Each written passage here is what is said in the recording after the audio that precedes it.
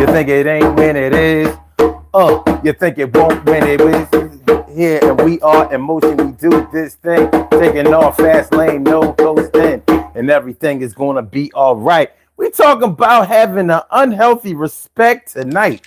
Do you know what an unhealthy respect for somebody is? An unhealthy respect for somebody is like when you respect somebody for something that they probably shouldn't be respected for, but rather they should be checked for. It's like respecting somebody because they just don't give up. Boop. It's like respecting somebody because they go in and out of jail. Respecting somebody because they didn't snitch, even though other people were hurt and offended and victimized because they didn't come forth and let you know what was going on. So an unhealthy respect or an unhealthy admiration for somebody is when you like when you either like somebody or respect somebody for all the wrong reasons. So we're going to get into it. Get into it. We going to make sure we get through it. Get into it. Get into it. We gon' get through it. Let's do it, y'all. Do it, y'all. Get to it, y'all. TK, right? What's going on tonight? Yeah. Yeah. V to B, yo, how you feeling tonight? Yeah. Daily Go Get a Mr. Show. Yeah, rocking with your boy. You can call me son. 751. Add on another one, you get the two. Son, hey yo, everything is gonna work out fine. We do this thing. Hey, yeah, you know the time. All right, let's get into it, y'all. Y'all ready? Y'all ready? Let's get it. Let's get it.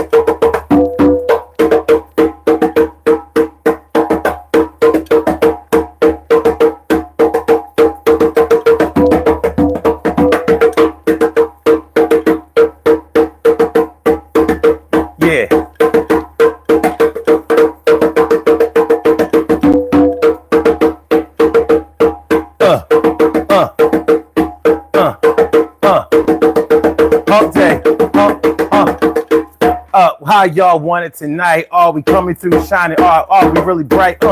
Can we get this thing like a two-step? Are we going to increase the popularity rep?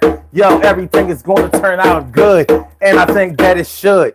And if I don't, nah, we ain't going out like that. Everything is going to make our pockets fat. Yo, what's the deal? How you feeling?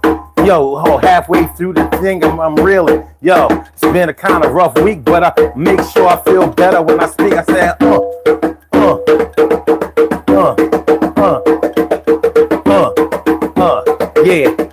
yeah, let's get it popping, baby. All right, so that's how we doing it. We ain't done. He's getting the intro popping.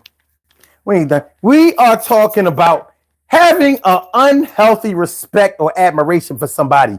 You respect them. You admire them for all the wrong reasons. Who do you know? Now, you know who would fit this category? Big brothers, big sisters, or should I say older brothers, older sisters, older cousins, aunts, uncles, who may be closer in age than the conventional aunt and uncle. You know what I mean? Like, let's say you have aunts and uncles that are not fully adults. Maybe they're only a few years older than you.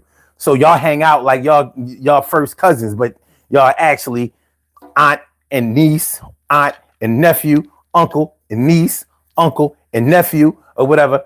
And unfortunately, this is how a lot of young people start to get introduced to violence, gangs, substance abuse, other kinds of abuse, sexual exploits and promiscuity and all of that kind of stuff. This is the kind of thing that can happen when you have an unhealthy respect for somebody. And I put up the poll. See how y'all feeling about that. And the reason I asked the poll and the questions from the people that I included in the poll was because I consider those figures to be somewhat controversial, not necessarily bad in everybody's mind, but they're also very popular at the same time. But when you think about the way that they entered into their respective talent categories or their art forms or whatever, you get a few. I don't know if that's okay. I don't know if that's okay. Yeah. Oh, is it really fine? Would I want me and mine to indulge, to be there, to pay that money, to pay a fare? There has to be another person to like, and I think I'ma make sure that my little tights have a little bit of somebody to admire, not them ones on the pole. But I say, sire, no, you're not the king doing your thing. Yo, me and you, all of us, we gonna swing. Let's get to it, baby. No if, answer, maybe. And everything is still rocking. Y'all know the DJ show. Y'all know how we be topping the charts. Make sure the art is pristine. You know what I mean? Everything is going to work out great. Yo, for God's sake, who up in there? Who is here? Dave Chappelle, what's good? He said, what the F noise? Man, I mean, you still here? And Javi Herm, Donald Trump, okay, and Supervision. Oh, I'm sorry, Super Vixen. All right, message gone. All right. Who's that? Dottie. No, it's Corey Wickland says, raise your consciousness above Matrix. That's what's up. I'm about raising my consciousness above Matrix. And Tommy Nguyen, what's good? Thanks for coming through, y'all. Appreciate you. We're about to get it started. We already got it started. About to take the drums away. About to take the drums away. Late night, baby.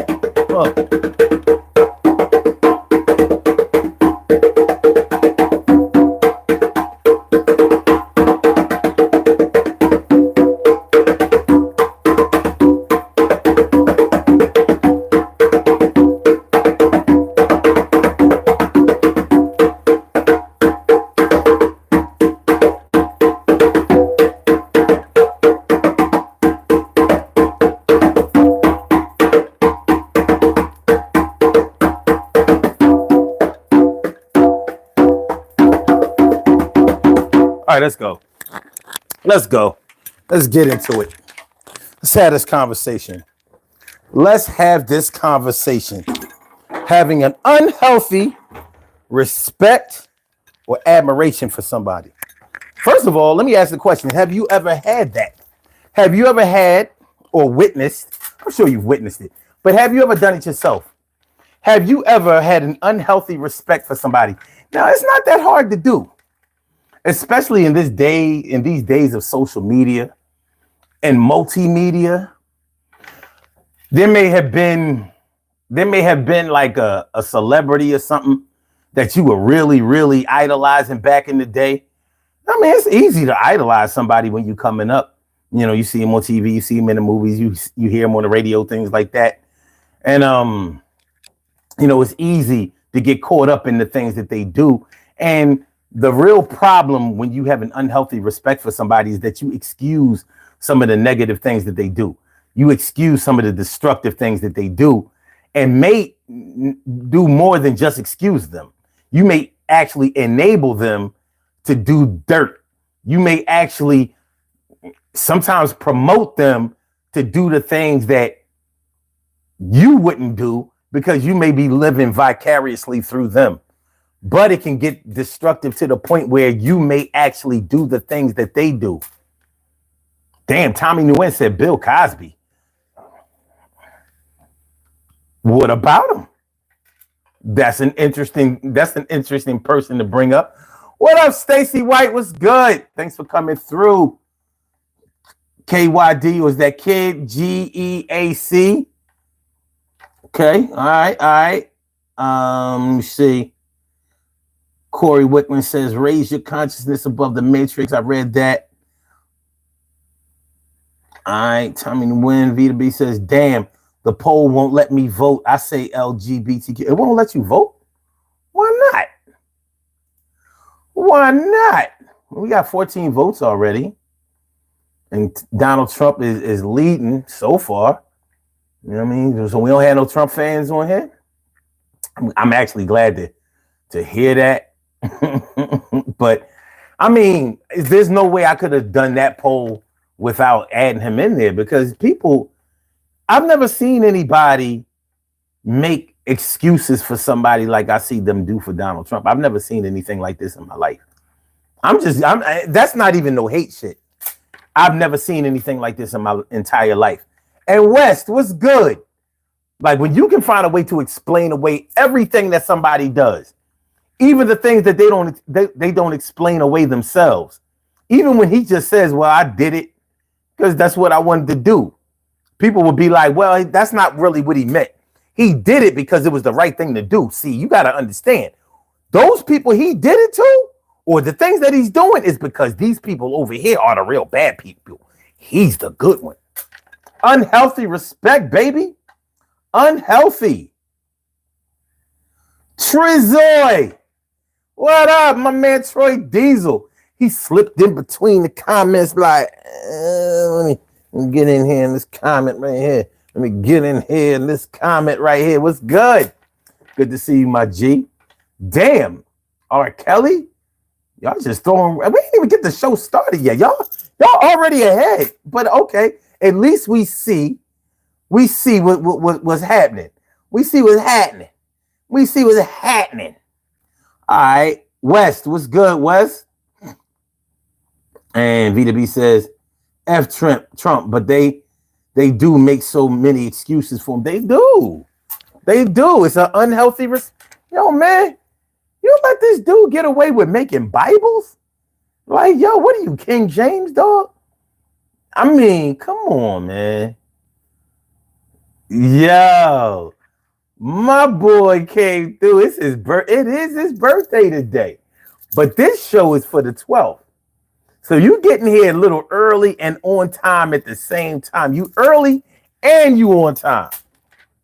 You early and you on time. It is his birthday. But we can't. All right, I'm going to give you a birthday shout out tonight and tomorrow night. Tonight and tomorrow night. Because that's how you rock. You know what I mean? For the real supporters, the real ones that's putting in that pain, you know what I mean? They gotta get extra props. All right. Unhealthy respect for somebody. Listen, man. Do you know how many people are sitting in jail doing football numbers, doing letters? Forget about the numbers in jail. Think about the letters. That LIFE or that DEATH. Because they had an unhealthy respect for somebody who took them down the road to ruin. Now, everybody has to take accountability for their actions. I'm not saying that somebody made you do something, but when you have an unhealthy respect for somebody or an unhealthy admiration for somebody, then the likelihood that you're going to co-sign what they do and probably get way too unhealthily involved in something that some of the things that they do is higher than it probably would be for somebody that's just like a casual, well, yeah, it's okay. It's like kind of how I felt about Special Ed back in the day. You remember the rapper Special Ed? Like, I didn't think the song was hot like that. People kept trying to convince me, like, yo, I'm trying to tell you, I Got It Made is the shit. I'm the Magnificent is the shit. And I was like he all right. He all right. His rhymes is trash. He's ass. Howie T is on the beats. He's doing him well.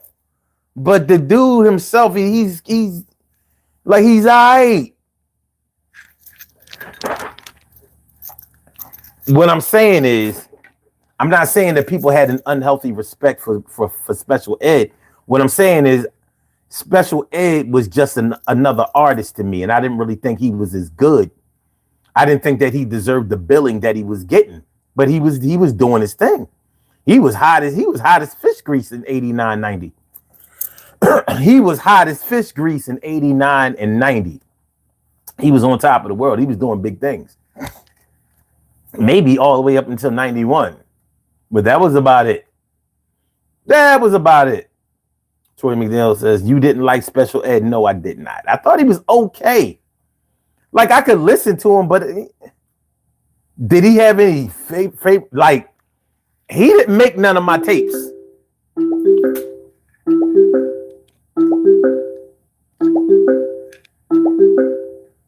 Where the hell is the...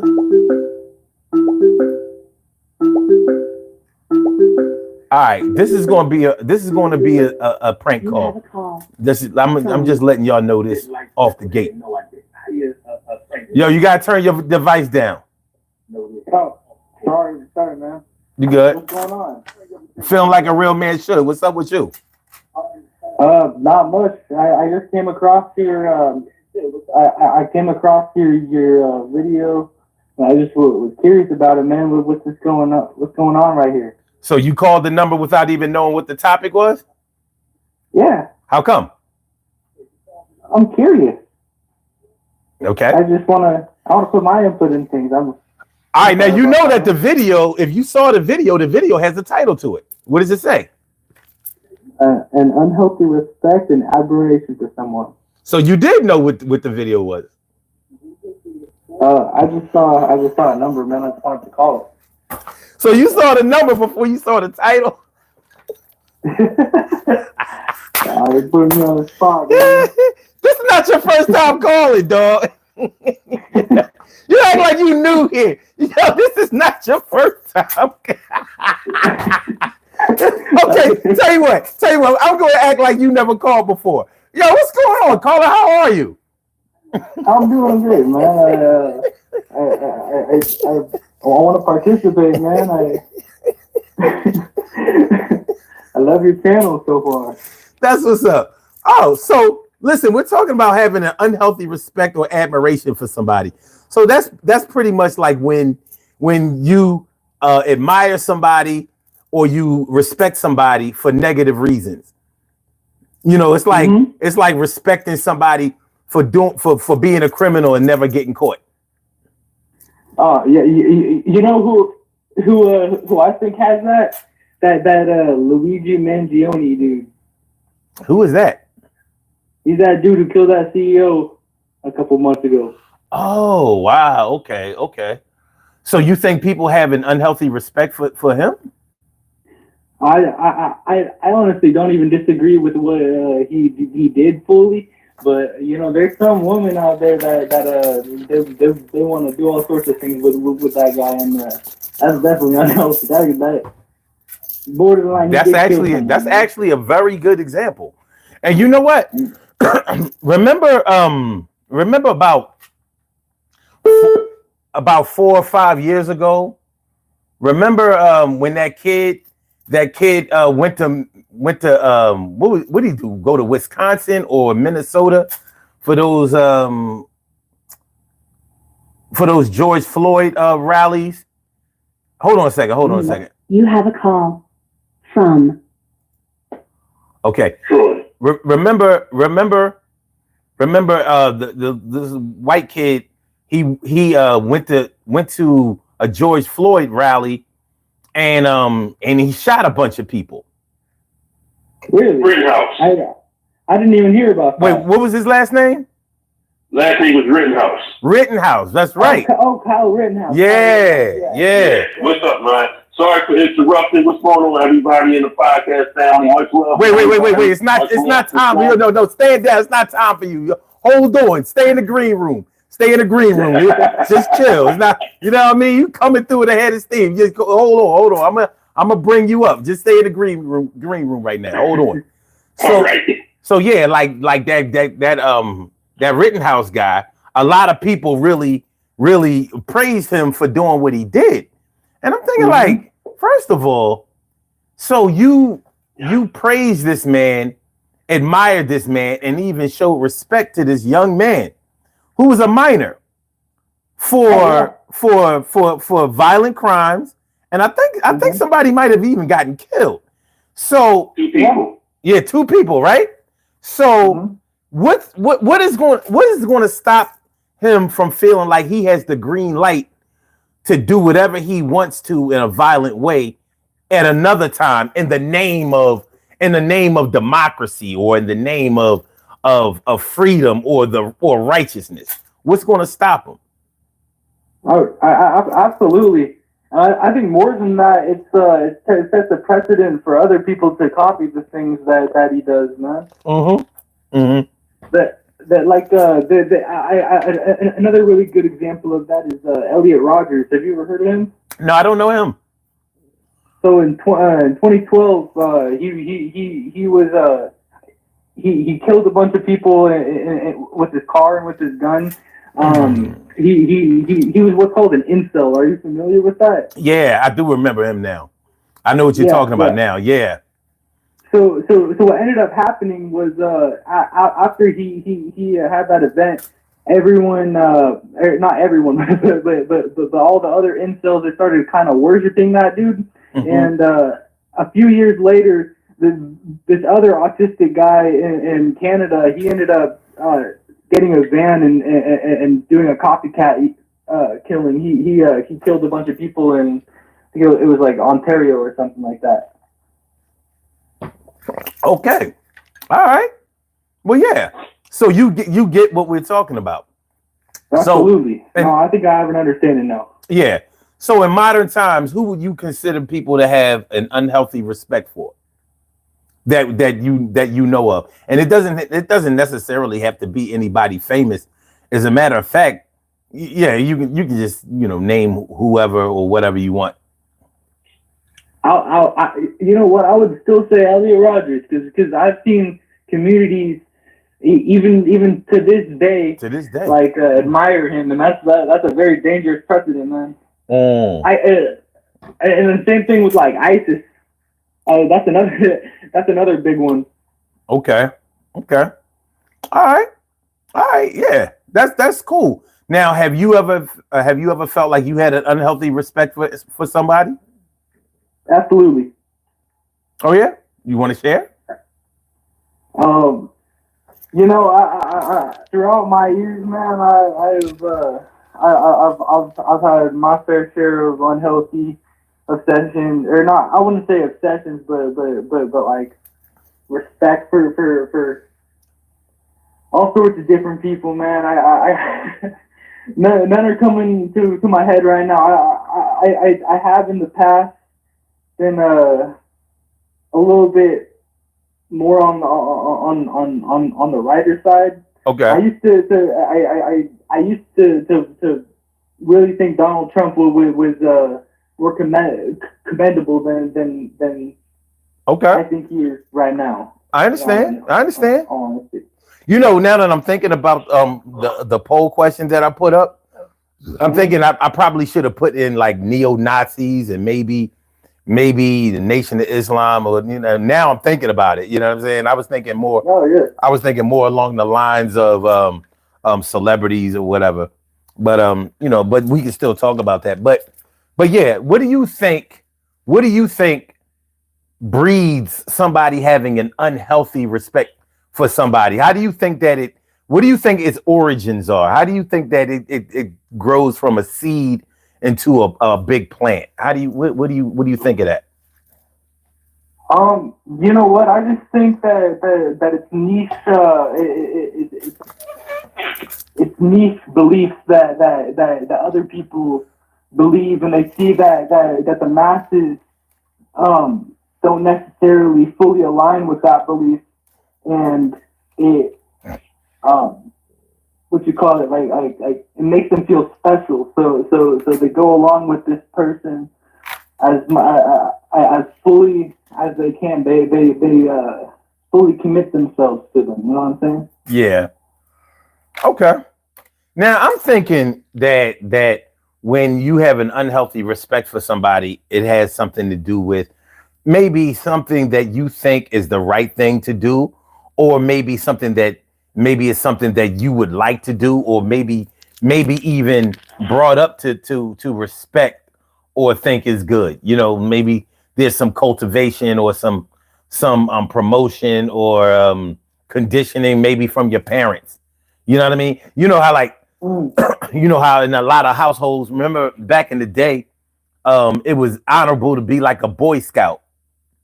You know what I mean? So let's say you became a Boy Scout, and maybe your Boy Scout leader, maybe he was a pedophile. But you know how pedophiles are. They are able to manipulate parents and have people think that they really like and like they really love the children and are good for the children and whatever. They play a lot of manipulative mind games, and that's how they get away with things for so long.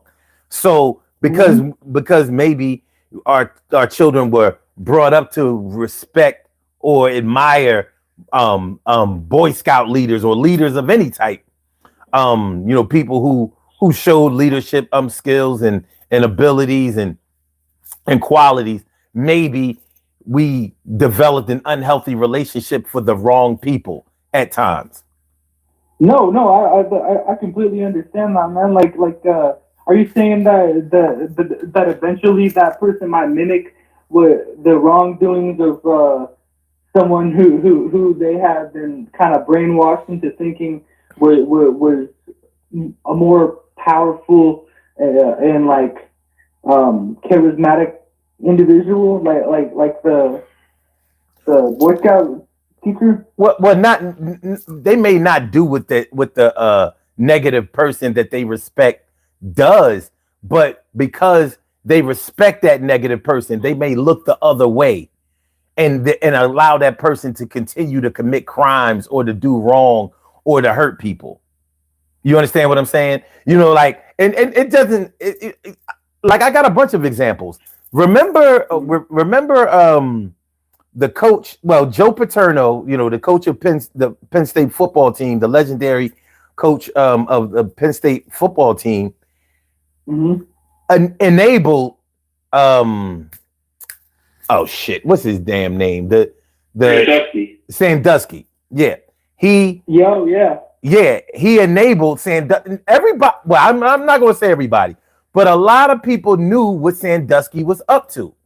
He had been caught in a bunch of compromising situations or whatever, and for decades he was allowed to continue his sexual assault and hurting, you know, young athletes or whatever, and changing their lives forever. He was allowed to do that because he was respected, and people people looked the other way because of the respect that they had for him. So maybe there was a part of them that didn't want to believe that he was doing wrong, or didn't want to believe that he would do anything like that. So he got away with it for a long time, and everybody wound up taking the fall. Nobody did what he did, but because so many people allowed him to do what he did, I think that's what actually killed Joe Paterno. I think had he not, you know, he was battling cancer, but I think he wouldn't have succumbed to it as fast had he not started to, you know, get depression. I mean, he went from the most respected coach in the whole NCAA in history, the most winning coach. They stripped him of everything, took down his statues, took away his winning percentage. It was crazy. And the man died at 85. I think he would have lived to be 90 easily. The stress could 100% have played a factor in that, man. Yeah. So, but people had an unhealthy respect for Sandusky.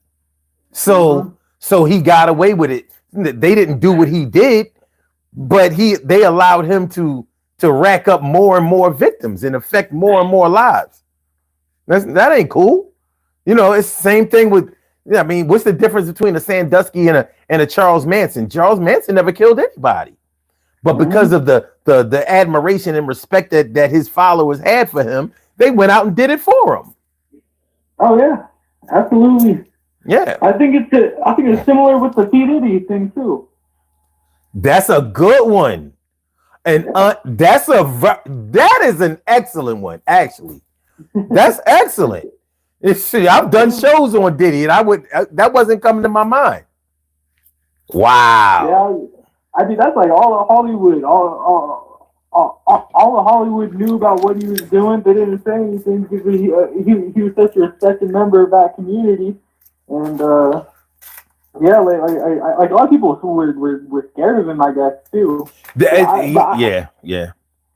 I don't think fear is a good implementer to coerce people to not like you though. Like I that always ends up backfiring. I feel because there's always someone who's not scared. You know what I'm saying? Yeah. Well, it's funny because on the show the other day, we we asked a question about whether it would be better to be loved or feared, and we were talking about Donald Trump, and we were asking whether people love him or fear him, because I think that he gets a lot of people manipulated because they do fear him. Like people in politics, they fear the shit out of Trump, and I'm not sure why, but it's a fact. And some people really believe that fear can take you a lot farther in life than love can. I don't subscribe to that, but so I asked people, would they rather be loved or feared? And some people said feared, some people said love. Oh, absolutely.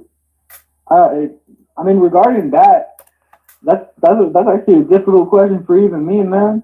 I mean, I feel like everybody's been exploited at some point. So having that sort of power is definitely what's the word, like it's something that you want, right? Mm-hmm. Yeah, man. Well, hold on a second, Troy, you there? Yes. Come out of the green room. Bringing me out the green room. There you go. That's right. That's right. Let me get this mic stand together. How you feeling tonight, my brother? Hey, like a double nickel brother, bro. That's double nickels, man. Wow, Deuce Nichols. Yeah, hey. Deuce Nichols. It ain't easy. A lot of us didn't make it, man. A lot of us didn't make it. It's nothing. That's the emotional. Well, that's the emotional part. But as you get older, you start thinking about the brothers that you lost that didn't have an opportunity to get to where you at. So facts. And that's how I feel about it. Even though our parents our parents and grandparents and people are going, they paved the way for us to make it to this way. They taught you right from wrong, and they taught you to be a leader and not a follower. And I think that's what got me to where I'm at. Well, I'm proud of you making it there. That's a fact. I'm proud that you made it, and I'm glad too. And coming through with you, because no matter how many, even through the years, of me hanging around with you, you taught me a lot. You know what I mean? You taught me a lot. And still, by coming on this podcast, I learned a lot from you and everybody I come up with. So it's always good to come on here and meet, greet, talk to people, learn more from other people. I always get this from being on here. It teaches me that you're never too old to learn. That's what's up. You know what I mean? Yeah, man. So, well, I'm glad that you're here. What you great say? I said I'm glad that you're here. So in terms of what we talking about tonight, you already got the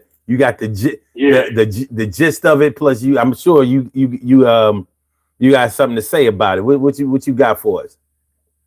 Well, I agree 100% on what y'all saying.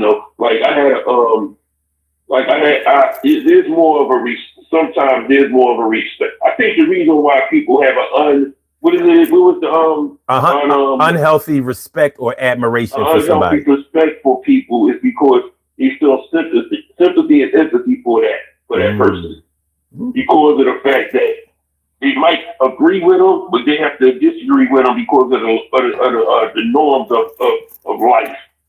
Okay, you understand what I'm saying? Like, at some one point in time, I had sympathy for R. Kelly. Okay. I had an unhealthy sympathy for him because that's before, I seen that tape with him and the young girl. Okay. And then it was like, then I start thinking about what I could continue on listening to his music. I still like his music. I don't agree with what he's doing. And then my middle son came to me and said, Dad, you know what? When you agree with, even though he did what he did, why are you listening to his music? I said, because his music had nothing to do with it. He said, but at the end of the day, it's pretty much you still condoning what he did because you celebrating you celebrating the music that he wrote if you don't know who he's singing to. Okay. So I was like, you know what? That makes sense. You don't know. You understand? So sometimes that's where the lessons, life lessons, come in at to break your unhealthy, the unhealthiness of liking somebody, of liking that person. Did he? You can make excuses for him, but there's no excuse. But then again, we have to, just like you was talking about weeks ago when you said the courts, you have to let the courts play out. Because they're still not coming out with everything that's going on. And that's not an unhealthy likeness of that person. We just want to make sure that they're not doing nothing wrong and being judgmental of what they do to our people. You know what I'm saying? I got a really quick question for you. Yes. What do you think about separating the art from the artist, though? That that's another. You can't do that. Some things you can do, but there's on this part with R. Kelly, you gotta just listen to the music. When he was dealing with Aaliyah, the first album he wrote for Aaliyah was Ain't Nothing But a Number. That was the name of his album. Ain't Nothing But a Number. So you gotta realize something, that he's right there, if that's the title of the album, and you messing with a girl at that time, she was 15 years old, and you married her before she even turned 18, and she wasn't 18 at the time. The title of the album, Ain't Nothing But the Number. He had a song out on his 12 play album, Seems Like You Ready. You had Your Body's Calling Me.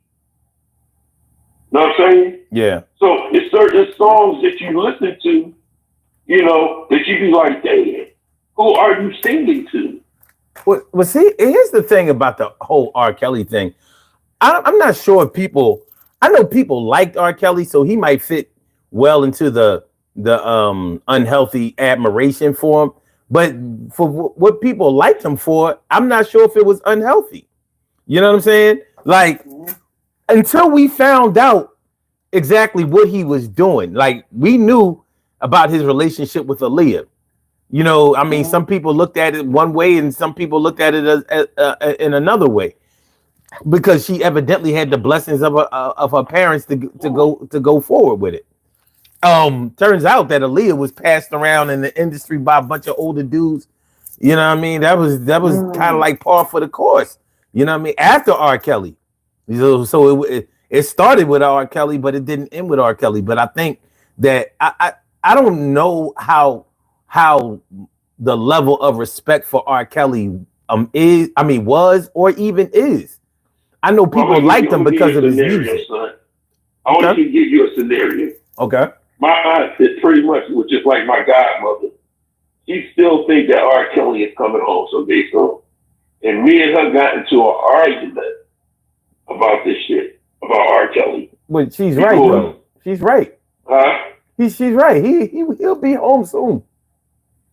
I think he'll be home before 2030. Because the law is one thing, and there's just not enough evidence to keep him locked up. He should act, to be honest, because with the evidence, he should be home now. He should have been home.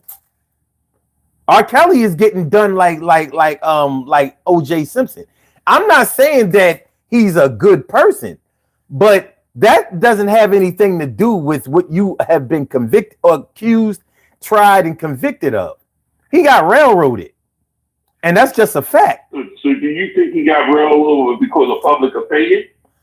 I think that influence. I think they had a lot of evidence on him, but I think that he may have had ineffective counsel, and I think that also get the reason why he got railroaded, because he won that other case. Okay, so that's why I said, just like I said with OJ. Exactly. That's why I compared him to OJ. Yeah. So, like, I mean, listen, I believe in the justice system.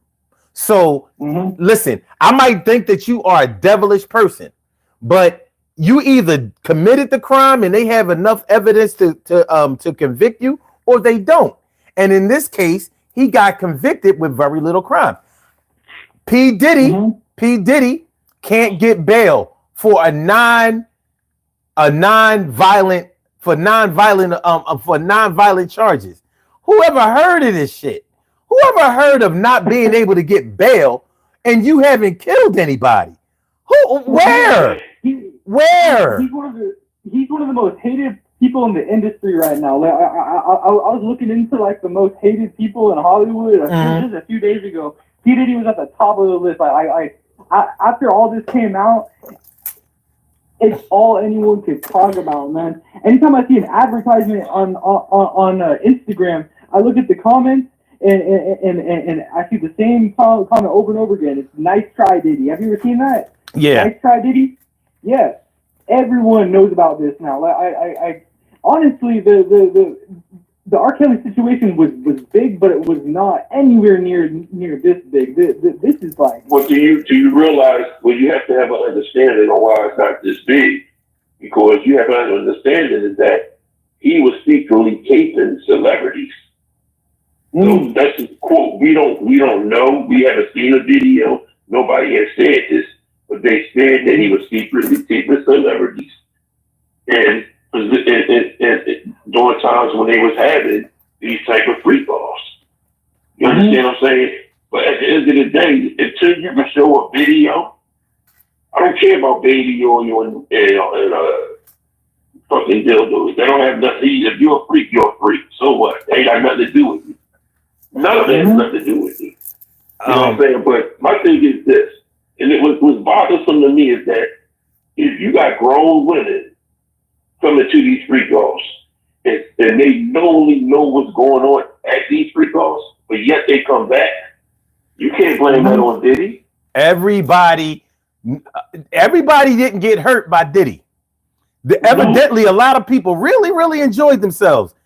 Yes, P. Diddy is known for throwing the best parties in New York. Uncontested.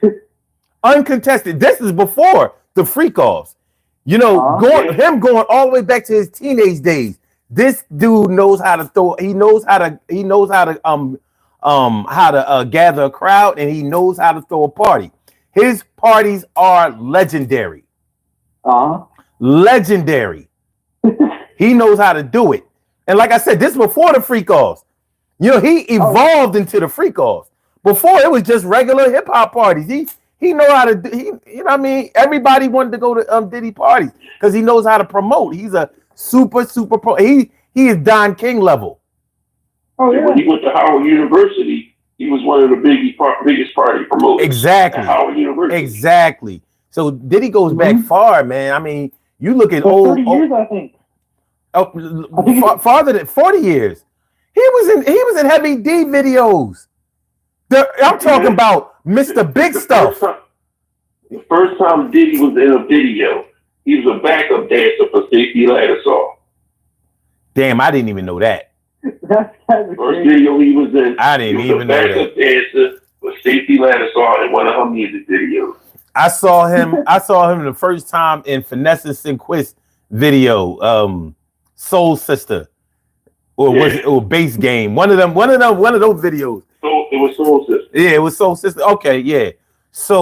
If you Google Stacey Lattisaw P. Diddy, you're gonna see a video of him dancing background. Well, listen, he was built for success. But moving along, if we're talking about having an unhealthy respect for somebody, this can go. People like R. Kelly or Diddy or Donald Trump or Harvey Weinstein. We can find a whole lot of examples, a whole lot of illicit examples, but we can also find some people who aren't as notable, who aren't as known, and maybe people who haven't really done wrong or on a wide scale, but still have the potential to harm others. Like you could have an unhealthy respect for your mom or your dad, even though they've taught you all the wrong things. Unfortunately, there are irresponsible and abusive parents who teach their children to lie, who teach their children to steal, who teach their children to be violent, who teach their children to be reckless, who teach their children to be irresponsible. And unfortunately, because those are the parents those are the people who raised them, those are their first examples of any kind of heroes, they might be the people who you pattern yourself after, or they might be the example of the person that you think should be respected. So everywhere in life where you go, you respect people who do the wicked things that your parents taught you, or your big brothers, like the unhealthy respect, the unhealthy respect you have for the neighborhood drug dealer. Oh yeah, very good one. Thank you. Very good one. Very good. Now listen. Now you know. I mean, when it comes to drugs, I consider it to be a victimless crime, but murder ain't. Yeah. You know what I mean? Shooting people ain't. You know. So we can say that selling drugs is a victimless crime until you realize that the drugs that you selling have killed people. Nah, don't nobody force nobody to take no drugs. That's true. Don't nobody. I'm not going to get on drug dealers for selling drugs because that shit is about money. Now, when it goes into the violent part, I blame them for that. But I would sell drugs if it wasn't for the violence. You know what I'm saying? Now, when I was younger, I thought like you, Troy. Listen, when I was young, I thought like you, like selling that poison, killing your own people. Own people killing their goddamn selves. They the one came around and asked for the drugs. I ain't seen a drug dealer out there like, yo, somebody better come over here and buy this crack. No, I can see that. Shit was selling itself. People who lace with fentanyl, man. I keep seeing stories all over the place. People lace cocaine with fentanyl. Some guy could just be trying that for the first time, thinking that it's one thing, and then they get hit by the fucking fentanyl train. Yo, you get hit by a fentanyl, man, you might not make it the next day. One thing is for sure, nobody respects a person that fuck with fentanyl. No, exactly. Actually, this actually happened to my dad. My dad did cocaine about 4 years ago, and he the dealer poisoned it with fentanyl, and he ended up ODing. And thank God the paramedics got there. They gave him Narcan and everything, but yeah, he wouldn't have made it because that shit is mad deadly, man. That shit lethal. That fentanyl shit. I'm like, how do fentanyl users? How do they make it? Well, they gotta make sure they measure that shit correctly. Like, you know what I mean? A dab will do you, a little dab will do you. Don't get me so high. Do not get me so high, or else. I don't know, man. But that's the thing with it. Everyone, in the beginning when fentanyl was first coming out, no one actually wanted to do it. It's just so cheap and it gets you so high that a lot of dealers would put it in their stash to make them more profitable. Cut it with fentanyl, and that is what I consider some of the most evil behavior there is that you could possibly do. Yeah, I could see that. But you know, like, so what you telling me? What you saying, son, is it's selling all the drugs is not the problem. It's the violence that comes along with it. Well, think about it. The drug user. The problem that we have with the drug users is that they steal. You know what I mean? They steal and they don't take care of their children. Things like that. Things that affect the community. The problem that we have with the drug dealer is not the money that he makes. It's the violence that's associated with it. You know what I mean? Like your seniors and your children, and nobody is safe. drive-bys and all that stuff is gangster related behavior. So Absolutely. you know, and the bullets have no names. They just come through and they spray everybody or anybody, at least somebody. You know, the drugs This is themselves. exactly why the decriminalization of drugs is very important right now. Mm-hmm. I don't agree with making crime legal 100%, but like you said, with drugs comes violence, and maybe if you're able to eliminate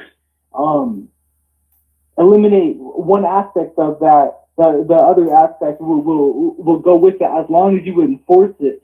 Like this is the problem in San Francisco right now, where they did decriminalize all the drugs, but they're not as hard on crime anymore. Like that's why Oakland is the way it is.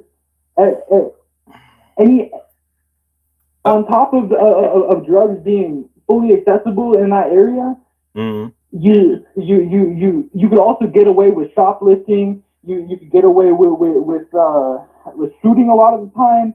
Like there's just not that much importance in police, which I disagree with personally. Yeah, I knew that once the United States finally settled in to like, listen, we can get paid. I knew that weed would become legal. You know, coke is next. You know, like I mean, heroin is damn near legal when you think about it. When you think about it's pretty much decriminalized. It's in the. I mean, you know, heroin is around there because you have the methadone clinics, and so if you got heroin, you got the methadone clinic, so you're making money from the methadone clinic. Well, and methadone doesn't cure anything. It just cure. It makes it even worse. Well, you get strung on the methadone, and then you wind up having to use methadone holds you for 24 hours. So the thought is supposed to be that now you don't have to get high because it holds off withdrawal symptoms for 24 hours. But then but they forgot that people want to get high. So now you're on methadone and you go and get some heroin in order to get high. Because methadone is not supposed to make you high. It's just supposed to smooth you out and maintain you. But you get strung out on the methadone. I've known people who sold the methadone. Yeah. You know? Yeah. So, but it's all a racket, and all of that shit is money related. But you look at the hip hop industry. You don't have to look any farther than the hip hop industry to see a whole lot of unhealthy respect. You know, but think about it. Look at all these rappers. Look at what they named themselves: Italian gangsters. You know, drug dealers, Freeway and Rick Ross, which were the same person. You know, so you had a rapper named Freeway and a rapper named Rick Ross, and the drug dealer's name was Freeway Ricky Ross. Yeah. You know what? That brings me to a really big one. King Von. King Von is a murderer. He killed like 11 people. And I had a lightness. Say it again, so because I keep getting at this stuff. What'd you say? A lightness. You said uncontrolled, unhealthy respect. Unhealthy. Let me just keep saying it. I had an unhealthy respect for him because my daughter's like him.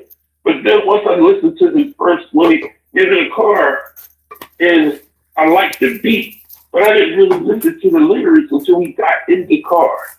So when I listened to the lyrics, I'm like, that motherfucker is snitching on himself. And then I turned back around and I looked at this documentary that's on YouTube.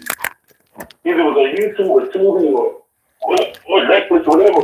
But I'm like, this whole the serial killer. No, he is. The FBI investigated right after, yeah.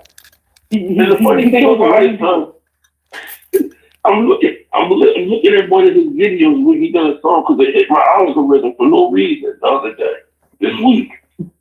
he's featured on the song where he's bragging about how his hollow points, his hollow points make dreads, girl. Oh yeah. And then he go do, pick your mans up. And he's smiling as he's bragging about killing people. Yeah. Yeah. He's smiling about it. Yeah. And I'm like, why are you happy? There's no happiness in killing people. I can't understand. Like, when I brought this up to a young boy, he was like, well, what about NWA? I said NWA was angry. NWA wasn't talking about, they weren't talking about actual crimes. No, they wasn't. They even told you that. They was talking about injustice. First of all, when NWA came out, they called it reality rap. And they said, all we do is make records that we like, talking about what we think should be spoken about on a record, and we put it out to y'all. He said, but if you stupid enough to go out and do the shit that we talking about and we haven't done it, then something wrong with you. Right. Dre said it.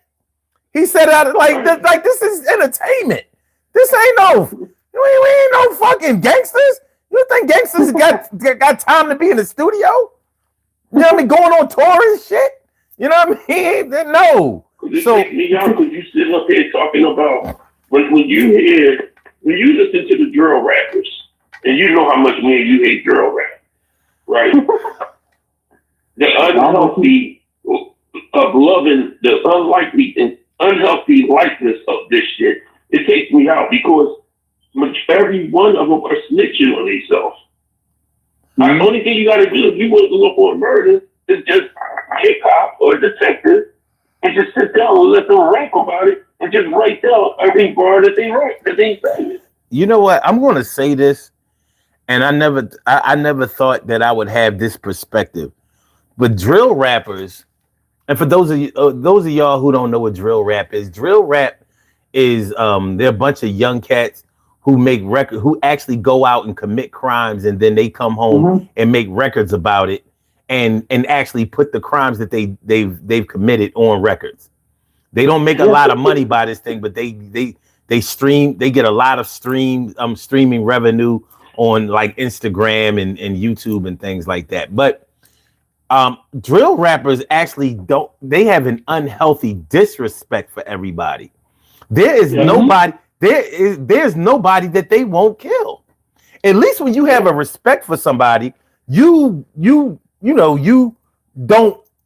not to mess with them. You know not to push their buttons. You know not to go too far with them. With drill rappers, anybody's fair game. I think the only person they won't kill is themselves.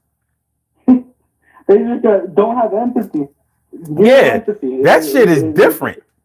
So, but matter of fact, you can't spell empathy like that. But whether you're talking about drill rappers, gangster rappers, trap rappers, whatever, most times when you interview some rappers, they always come with the free my nigga this, free this, free that. And I'm thinking like all of these dudes that are locked up that you saying free them. Like to me, that's an unhealthy respect because evidently they've done something to get locked up for. Now there's a difference between paying homage or showing empathy or even love for somebody, but something tells me that especially when it's somebody that you don't even know, like the Crips, before they executed Tukey Williams, who created who was instrumental in creating the Crips, like there was a definite unhealthy respect for Tukey Williams, and I'm looking at this shit like you gotta be fucking kidding me. Like, I mean, what are we doing? I mean, and you could take that to Larry Hoover. You could take that to Freeway Ricky Ross when he was locked up. Big, oh my God, there you go, good one. Big Meech, Big Meech.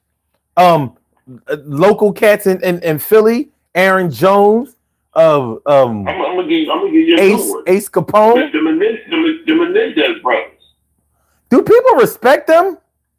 Yes, they do. They trying to get them to come home.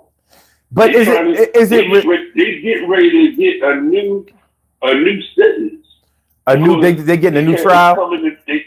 A new trial where they possibly can be released because they saying that their parents, the father was, after all these years of coming to fruition, that the father was abusive. Okay, but I still, you know what? I don't see how that exonerates them of premeditated murder. You know what I mean? Like, that's the whole it was premeditated. You know what? I think that agree with you 100%. I can't understand it. What I said was, so if you was being molested and you go shoot and kill, you put a bullet in your mother and father's head. You mean to tell me that's grounds for letting you go? So if I'm around the corner at the store and somebody whooped my ass in front of the store, I can't go get my pistol. I'm out of my house and come back and bang him without getting first degree murder. But these dudes can plan out they parents' murder, go on the run, deny that they did it. No. They didn't go on the run because listen. There's a basketball card. The day that they killed their father and mother, they was at a basketball game because there's a basketball card with Mark Jackson on it, and they took the picture. And that basketball card is worth thousands of dollars because it shows the Menendez brothers on center court. No. What I mean by going on the run is that they didn't stay at the scene of the crime. They did not face justice. They didn't face justice. They escaped justice or tried to escape justice. Right. So but all of these cats that go to all these drug dealers, all of these killers, all of these murderers and all of that kind of stuff. I mean, a lot of people have an unhealthy respect for them, and I'm thinking like this. Let me ask you a question. Let me ask you a question, my man. So let me ask you this. So when a person gets locked up for murder, or a person gets locked up for drugs, or a person gets locked up for anything, when they come home and families throw them parties or friends throw them parties and give them money knowing what they did, is that an unhealthy respect for them? That's a hard one, man. I think that it varies. I mean, a mother might give their child who's locked up money to survive in prison, but no, I'm talking about when they come home, because see, what I've seen is that I've seen kids graduate from college and don't get the same love as a brother come home from college and the family throwing him a party to welcome him home, or his friends standing out of prison with an outfit and a chunk of money for welcoming him home as they celebrate him coming home. So that's an unhealthy respect for that person, because you knew what he did to get locked up. Mm-hmm. And you know what? I think this all brings back to, I think women are more guilty of this whole topic than men are. Every time there's a semi-attractive like serial killer or whatever, they'll get love letters, and this happens with the Menendez brothers. This happened with Charles Manson. The Night Stalker dude. He was a sex symbol. He was a sex symbol. He was getting all the bitches. What about the bull? What about the bull that had something? I don't know if he robbed somebody or done something. Ted Bundy? Not Ted Bundy. It was a guy that wound up becoming a model. He wound up becoming a model. Oh, yeah, that guy. The bad boy. Yeah. The bad pretty boy. The pretty boy thug. Yeah. And he wound up becoming a model. He wound up getting one of the baddest white girls in Hollywood. Got her pregnant. He got kids by and everything. He was a carjacker. Yeah, he was a carjacker. Yeah. And it's just crazy. But see, one thing I agree with him on is when he brought up the U.S. healthcare guy get murdered. The guy that murdered the U.S. healthcare guy. Yes, there's an unhealthy. I have an unhealthy respect for him because it's not that I don't condone the murder, but I can understand why. Mm-hmm. I can understand the reason behind it because what these healthcare people do, they sit back and you got people out here dying from cancer. You got people out here dying from a bunch of stuff, and y'all not signing off on it because it's fucking up y'all bottom line. Not realizing that these people need medicine, they need the health care to make sure that they live, and y'all not signing off on it. Y'all not giving them, y'all not allowing them to go get that treatment because y'all saying, well, that's not okay. I don't think that we can allow you to have that treatment because it's not in the ramifications of what our healthcare company does. How come? How does killing him or even hurting him? How does it help that cause? It doesn't help the cause. I said I don't agree with the murder, but in my thoughts, I'm like I can understand. Like it's not the cause; it's the fact of what triggered that emotion. But the thing is, somebody that was close to him. That might have been fighting cancer. Could have been a mother, a father, a cousin, a brother, a sister. That couldn't, and I still don't understand that part because this man comes from money. But the thing is, that's a okay. One thing I'll say up front is that I do agree that that's an unhealthy respect because one thing that we don't have a healthy respect for is the process of things. You can't go to somebody who knows absolutely nothing about what your condition is and expect them to fix it just because they may be because they may be the boss or the CEO or the manager or somebody that you think is in charge. You know what I mean? The system is set up the way that it's set up. That would be like writing a letter to Joe Biden or Donald Trump that your child can't is only reading on the third grade level when they in the 8th grade and expecting them to fix that. You know what I'm saying? Like it doesn't. You have to understand. It's funny because I had a back and forth with somebody today about understanding how there's a difference between the way things actually work and the way that you want them to work. And so many times, especially when we're talking about politics and things like that, we get so caught up in what the right thing is. We don't understand that politics don't deal with the right things. They deal with the money that will go towards the right things sometimes, and they won't go towards the things that are the right things other times. They only go towards the things that they can justify and things that will guarantee a return. But most citizens do not understand how that works. So we get mad. We get mad at a mayor. We get mad at a senator. We get mad at a governor. We get mad at a president. We think that they understand exactly what's happening to us, and like they are supposed to give a fuck. And visibly they are supposed to give a fuck, but they don't know each individual's condition. And you can't win a game that you don't understand the rules to. You just can't. And that goes in sports, that goes in board games, that goes in puzzles, that goes in anything. You have to know the rules in order to win a game that you're going to play. You could be the most talented, but if the most talented keeps fouling out of the game, they ain't worth a damn. Nobody can win money on them because you can't bet on them. They're not going to finish the game. So only people that are going to win are the people who bet that you won't make it through the game. You know what I'm saying? And that's going to pay the least dividends because you're too consistent with not finishing the game. But let's go forward because I want to talk about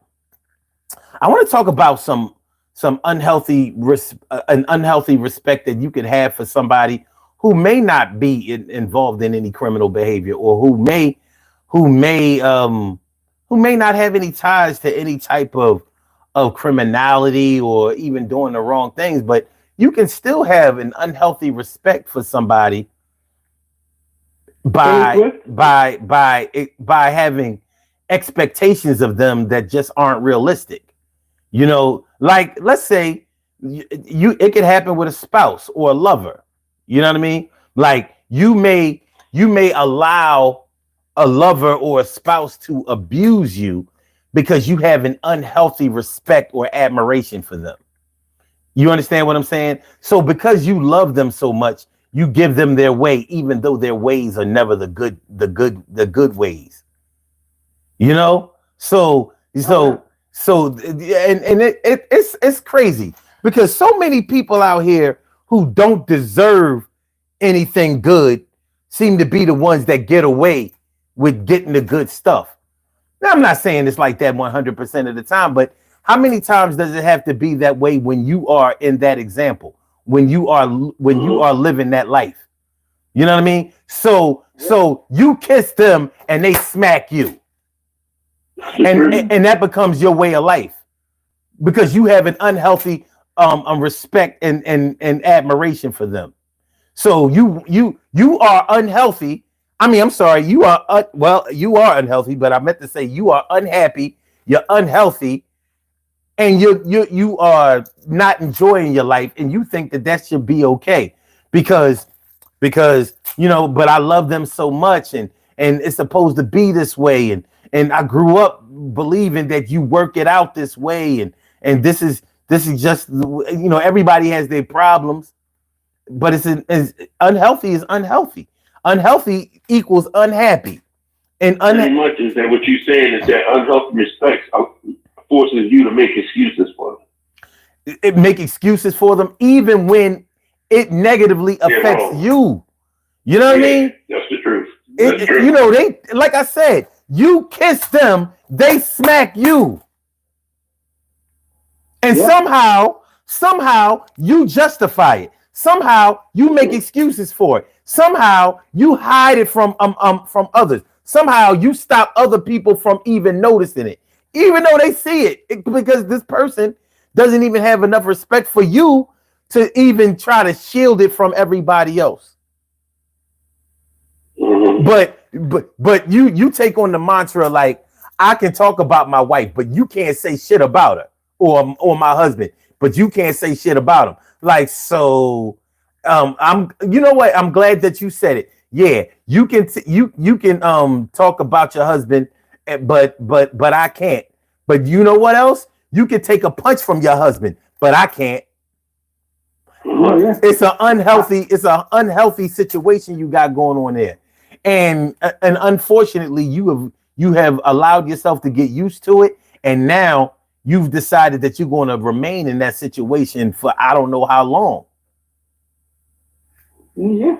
So I think that this separates sociopaths from normal thinking people. Like it takes a certain kind of someone to completely not see someone's perspective on something, and like they exploit others for their gain. You know what I'm saying? Yeah. I mean, when you love somebody, or when you really, really, well, I'll just keep it in love, because love goes it'll take you in a lot of different places that like just won't take you. Like, you might like somebody, but you don't like them enough to go to jail for them. But love might make you actually do that shit. You know what I'm saying? And speaking of which, so you take a situation where all of this no snitching shit. That's unhealthy respect and admiration. So let me get this straight. You gonna do this life bid, or this 25 to life bid for some shit that you did not do, because you respect the code of no snitching. Let me make sure I got this right. You sitting on a hard ass bunk, bottom, top, whatever, and this steel sink and toilet in your cell, and you're willing to do this, gotta mention the other person. Right. And you're going to do this for the rest of your life because somebody else that you respect, you don't want to tell the truth on them, not lie on them, but you don't want to tell the truth on them because of your unhealthy respect and admiration for them, or let's say not even them. You have an unhealthy respect and admiration for the game that y'all in. Like, I'm a gangster. I can't tell. There was a situation recently. I listened to a lot of battle rap. I'm a battle rap enthusiast. And there's this rapper named Bad News. He's originally from New York, but he grew up in North Carolina. And he's a gangster disciple. He's down with the GDs, and he talks all this gangster shit. And recently, some paperwork has come out that revealed that check this out. He told the cops on the guy who shot him and almost killed him. And the whole battle rap community is up in arms because he told on the guy who almost took his life. He pointed him out in a lineup. Like, number 4, that's the guy who shot me. So I was floored by this shit. I said, wait a minute. I got this gangster shit off. I thought you just couldn't tell on somebody else shooting somebody else. I didn't know that if a nigga shoot your ass and almost fucking life your ass, I didn't know you couldn't tell on him. I said, God damn. I talk about not being a G. I'm not built for none of this shit. You know what I mean? Like, so my only recourse is to go out and shoot him back if I get well enough. You know? One of them get life in prison. Yo, I'm like, it's ridiculous. And you got all of these battle rap fans who are in that gang life. They about that shit. Oh, he a snitch. He a rat. He a rat. Oh, I ain't listening to none of that shit. I don't want to hear nothing he got to say because he a rat. And I'm like, Like even at work, we talked about this before. You at work, right? And you're a supervisor, right? Mm-hmm. And the people that you supervise are not doing their job. So you let your supervisor, your head supervisor know what's going on. Like, I'm the chef. I'm a sous chef. So I let my chef know. And then this young girl, she has to be 26 years old, right? Last year, she told me that I was a rat, a snitch, and I was a hater. I said, let me ask you a question. I said, hold up. Is this job the streets? No, I said, this job is a corporate job, right? I said, nobody got killed in this kitchen. Nobody is flipping or selling drugs in this kitchen. Because if they were, they shouldn't be working in the first place. My job is to do my job. So you calling me a rat because the people that's not doing their job is trying to find a way to not do their job and make me do their job? Yes. You want me to tell you are a fool, a damn fool. Now you're fucking. And now you're a rat on. Now you're a rat on the job. Rat on the job. That's who you turn into. I saw an interview with this rapper who he was talking about if someone slaps him across the face, he won't retaliate at all because if he listens to all of his friends and like shoots the dude who slaps him in the face, then he's in jail and now he has all his friends respect, but after years, these friends are gonna grow up and realize, oh shit, my homie just shot this dude and he went to prison for the rest of his life. you're basically throwing your life away for this petty bullshit, and it's the same. Look, I tell you like this. I'm gonna tell you, and I'm gonna tell my man. I told my friends this before. I said, listen, number one, if we friends, we family, we bulls. So if I'm on the corner of the bus stop and you ride down the street, you say, Troy, you need a ride, and I get in your car, and you don't tell me you dirty, and we get locked up, right? I'm going to give you at least a half hour, maybe 45 minutes, to let the cops know he ain't got nothing to do with it before I give him my mixtape and start spitting my bars. Mm-hmm. Because my thing is that you should know. You never told me. Now, if you told me you were dirty and I got the car, right? Yeah. Then I might have bought that. But it's still up to you as my boy to say, no, he ain't got nothing to do with this. It's up to you. Yeah, man. And yet, I still might spit some bars. Because at the end of the day, I'm not doing no time. I even tell them this. You going to the gasoline station while I'm in the car. You shoot and kill the attendant, rob the store. You get back in the car. I'm going to let you know like this. The first 48 is going to be the first 10 minutes. Commercial free.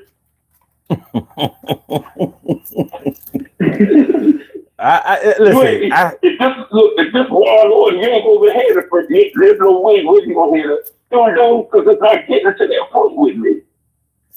Listen, man. I'm not doing no big for nobody. If it ain't got nothing to do with my children, and even if my children does something wrong, you should know that I taught you not to do that. Hey, this unhealthy respect thing and admiration thing, it goes a lot of different places. It can go towards it can go to your trust level. Like you may have an unhealthy respect for somebody to think like, how about leaving somebody with your kids? Mm-hmm. You're leaving a predator with your kids, or somebody who is, I mean, there are different ways to be. There are other ways to be a predator other than being, sexually or physically violent. You're a predator if you teach somebody the wrong things. Right. So you leave your kids with somebody that you loved and respected. You thought, oh, they would never do anything. They would never teach my kids the wrong thing. They would never do anything bad to my kids. They would never blah, blah, blah, blah. I mean, then your kids, as soon as they become teenagers or full grown adults, here they are telling you how bad a parent you were for leaving them with such and such and whatever. And you was acting like you didn't know what they was doing when you knew what they was doing, and you didn't know what the fuck was going on. You know what I mean? They didn't say nothing, but they thought that you knew. You thought they thought that the only way that you would leave me with somebody like that, with somebody like him or her, was because you had to know what was going on. You saw the way that we acted every time you came to get us. You saw how we acted every time you said that you were leaving us with them. You know what I mean? You could see what you thought it was. They cooking. You know what I'm saying? Like you there was something there. Mm-hmm. But there was a communication breakdown. They never snitched, but maybe they were instructed never to snitch. Maybe they were told by the person that you left with them, left them with. Maybe they told them, like, listen, you better not tell your mom or your dad what was happening, because I'm gonna fuck them up, or I'm gonna hurt them, or you ain't never gonna see them again, or something like that. So yeah, having unhealthy respect. Look, so many people have had their children babysat by somebody because they had to go to work. They had to go, they were trying to do the right thing to provide for their family, but they just happened to leave their kids in the arms or in the care of a damn pedophile or somebody that was violent, or somebody that was irresponsible, or somebody that was, somebody. How is it you left your 4-year-old with somebody, and your 4-year-old was wandering across the street on their watch while they watching Luke and Laura, or fucking Young and the Restless, or Guiding Light, or who was man, you old as shit, bro. Yeah, I'm trying to remember. What's the dude on Young and the Restless name? Victor. Victor Newman. Victor Newman. Victor, yeah. You know what I mean? You busy watching Victor Newman and shit. You know what I mean? Trying to find out if Miss Chancellor was faking her death or not. And here, you know what I mean? And little Raheem damn near got hit by a car and shit. You know what I'm saying? Like, what the unhealthy respect. Yeah, I can leave with my sister. Shit. I know people who have left their kids with their sister, and their sister was a known crackhead. Yeah, but she a crackhead, but she ain't gonna hurt my kids. She ain't gonna let them smoke. She ain't gonna get high. She ain't gonna get high until I pay her. She ain't getting paid until I come back. Meanwhile, your sister she's sucking dick in the other room and shit while the kids is watching the Flintstones. I'm sorry, the Smurfs. I'm sorry, the Littles. I'm sorry, the Hong Kong food. You know what the fuck? I don't know. You know, the fucking Power Rangers, the Ninja Turtles or some shit. But yeah, so having an unhealthy respect for somebody can make you trust somebody who is super untrustworthy. And it can leave you fucked up, leave your kids fucked up. You know what I mean? It can just it can obliterate your whole social circle. And then once you realize that you've had an unhealthy respect for somebody, and the real problem with having an unhealthy respect for somebody is that it takes a long time or a catastrophic event to admit that you have had an unhealthy respect for somebody. Because it's almost like dissing somebody. When you say that you have an unhealthy respect or admiration for somebody, you know, in the black community, we be thinking like, oh, you mean I'm on his dick? Oh, ain't nobody going to submit. Like, no, what you talking about? Anybody riding that nigga dick? Fuck you talking. Get out of here with that shit. And unfortunately, because of that stigma, people will hold on to, no, but that's my man. You understand? We've been through a lot. You understand? Yeah, that's my girl. That's my love. Yeah, when nobody was there for me, they was there for me. Yeah, they was there for you when nobody was there for you, but now they the only one there for you, fucking you up. Nobody else is there fucking you up. Just them. Yeah. So yeah. Well, I'm with you. So it's tough. It's tough. Yeah. But as it seems like as you get older, it becomes harder and harder to trust people. So you may really hold on to the people, the last remaining people that you do trust or that you think you can trust. But it turns out you got to keep auditing everybody. You got to be like the IRS. Every year I need to see them tax returns, baby. Every year I gotta check them. You know what I mean? You claiming kids that we know you ain't got. You know what I mean? That we know you ain't taking. And it's sad that you have to do that with your people, but you got to understand people are doing the same thing towards you. You got to show and prove night in and night out, year after year. You know, I'm just starting to experience this. I'm 20 years old right now. Like this 20 years old. Let me bang on this motherfucker. I ain't know you. I'm talking to a baby. Fucking minor. Get out of here. Nah, like, go ahead, man. Go ahead. I'm finally starting to learn that though. I'm probably hanging out with I have one real good friend, and that's about it. Like I see them and my girlfriend, my parents every once in a while. But you just lose you lose trust for a lot of people. Yeah, it happens. It happens, and it's a heartbreaker. It really is. It's a heartbreaker.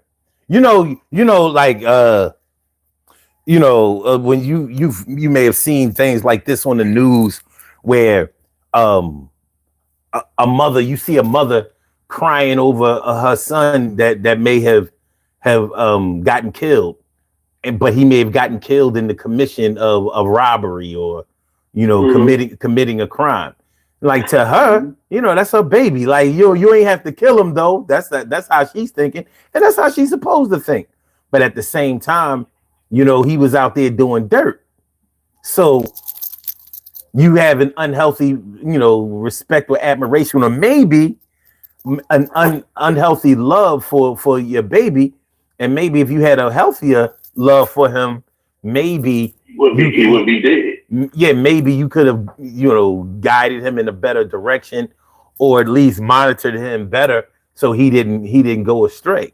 Because evidently he was under the influence of somebody else that he may have had an unhealthy respect or admiration for, and now he's gone.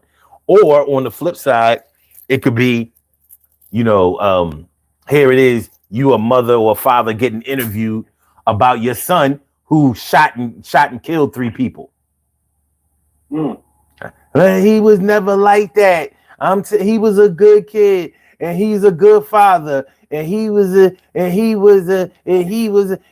good son, a good brother, a good cousin, a good shooter. Oh, I mean, he was a lot of things to a lot of people. You know, I can give you an example.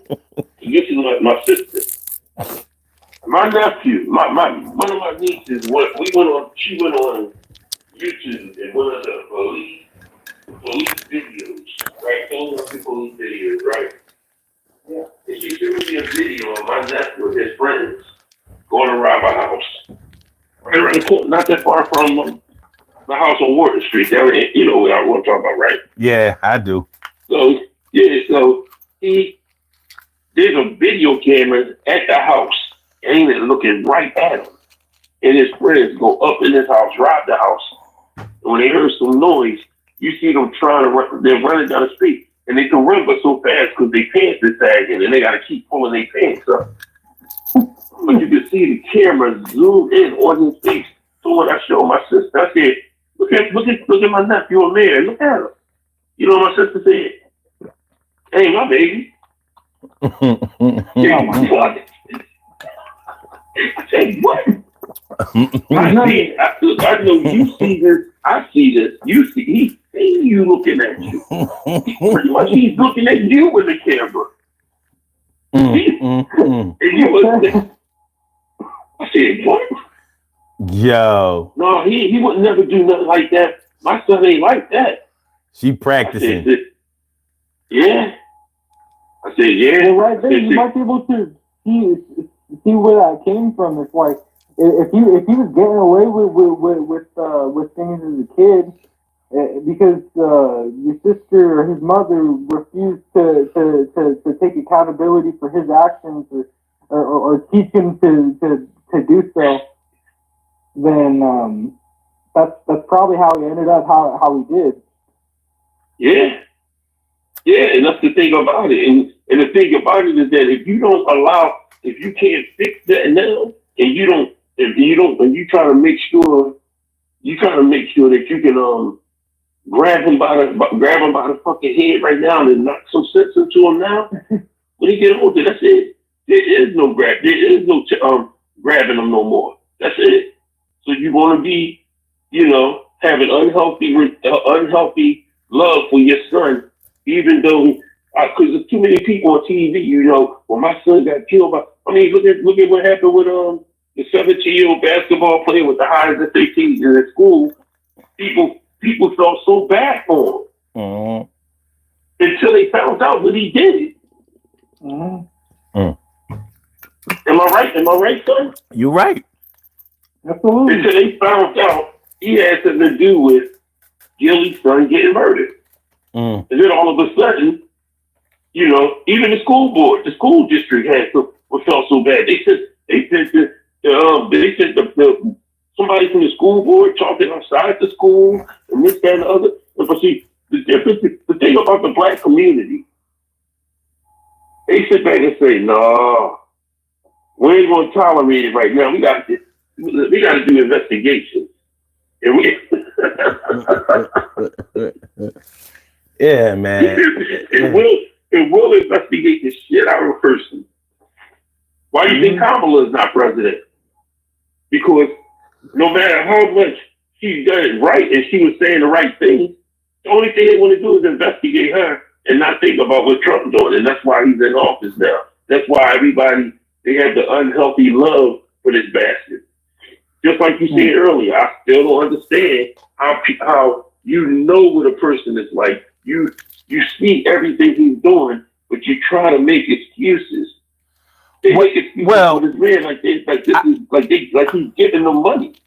I'll say this: whether you like a Donald Trump or not, what gets me is this: everybody makes mistakes. But his staunchest supporters don't seem to think that he makes any. I don't see it's more than ridiculous. Like, I can understand if you agree with his policies, but you cannot tell me that everything that he's doing is good. You just can't, and you cannot tell me that all of his intentions have been good intentions. Because it's obvious that many of them have been retaliatory, or and steeped in strictly capitalistic endeavors and stuff. It's like, come on, man! Like, what the hell? This motherfucker sat right in front of the camera and said that Ukraine invaded Russia. Like, it's ridiculous. Like, you gonna let him get away with this? You know what though? Like, come on, man. I think every politician has that problem where they are allowed to get away with some truly horrific shit just because their staunch supporters are refusing to see those actions. Not necessarily true. Not like Trump though. True. Not Trump. Nobody. I've never seen this in history in my life. I've never seen anything like this. You understand what I'm saying? Like, I agree, man. You know, like, even with let's say even when Bill Clinton got caught up with that Monica Lewinsky situation, there were still Democrats coming out saying that he should resign. He should step down as president. There were plenty of them. Plenty of them. So, but see, with Donald Trump, there's nobody, not one Republican coming forward and saying he's wrong. Even if they know he's wrong. Yo, I mean, that I gotta disagree with though. Like Mike Pence, the last vice president, he was talking about how bad Trump was. But he's not in office. Of course, he wasn't Trump bad. The man didn't care if you got killed on the insurrection. Here's the thing. The man Mike Pence was too little, too late.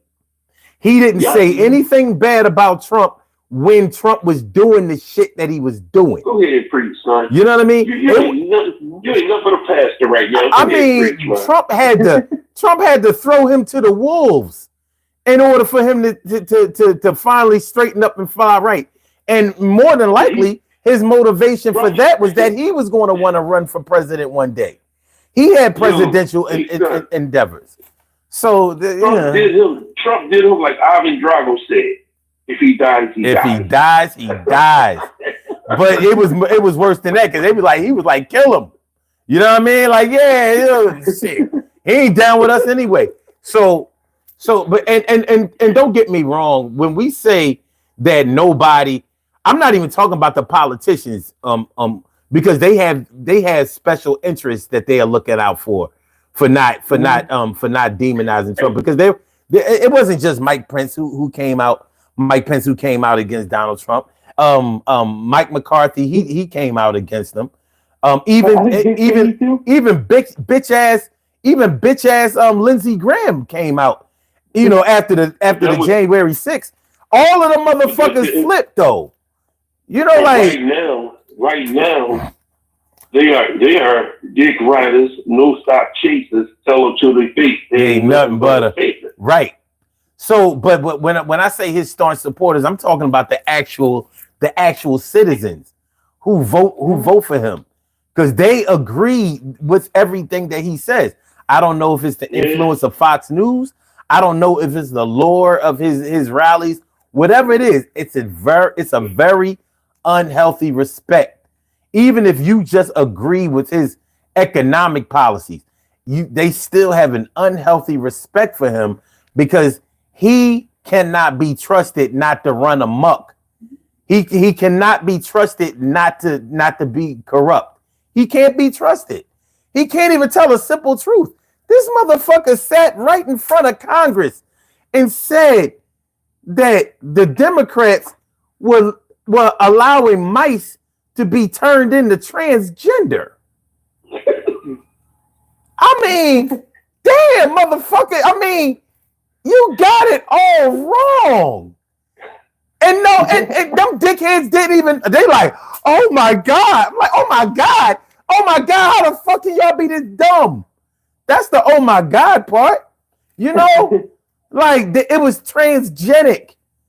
And it was for cancer research. Not a fucking transgender. Transgender is such a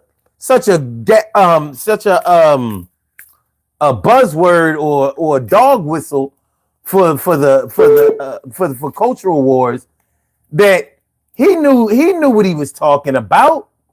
He knew that he was saying it wrong. He just didn't give a fuck. Just like when You have a call hold from on. Troy. Just like when he was running for president and in the presidential debate against Kamala Harris, he just threw out the thing about the Haitians eating the dogs and cats in Springfield, Ohio. He knew that wasn't right. He said it doesn't matter. If I put it out there and it's me, they'll believe it. They'll go for it. It doesn't matter who fact checks. It won't matter. They will follow me no matter what I do. And that's a person that can't be trusted with a healthy or unhealthy respect for him. You just can't do it. He can't be relied upon to do the right thing in any way. Yeah. Yet, I mean, this motherfucker might go down in history as the most popular president ever. And that's crazy. That's crazy. It definitely is for how controversial he is. Yeah. I don't know, shit. man.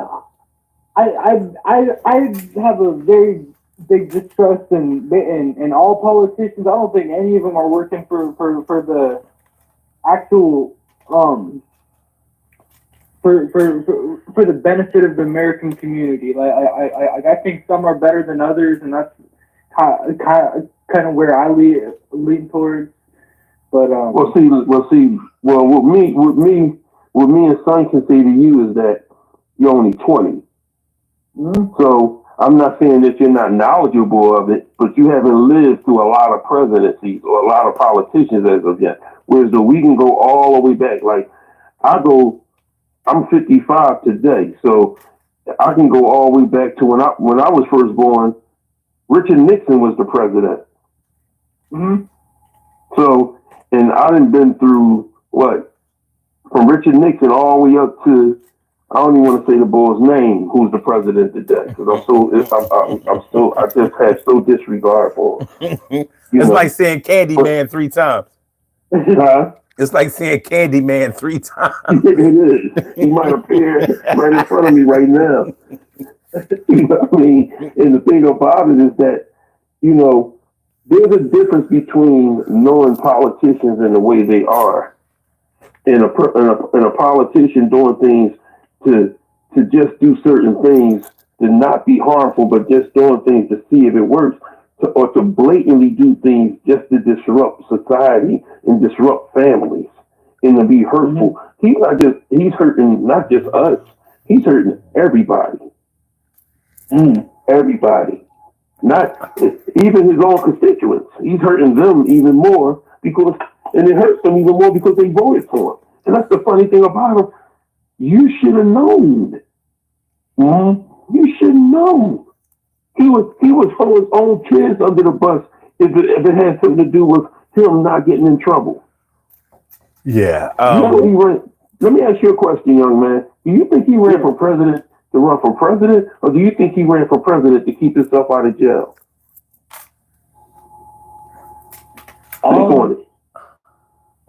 You know what? So I don't think that if he pursued becoming a president, I feel like he was unjustly for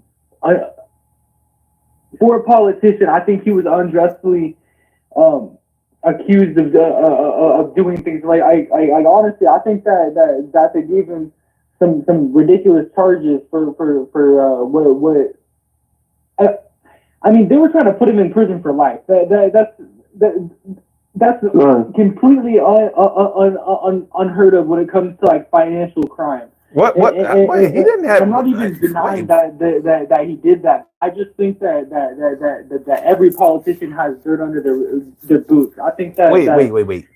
There was no. There was no. I'm gonna let you deal with it. There was no life. There was no life. There was no crime that he committed that would have put him in jail for life.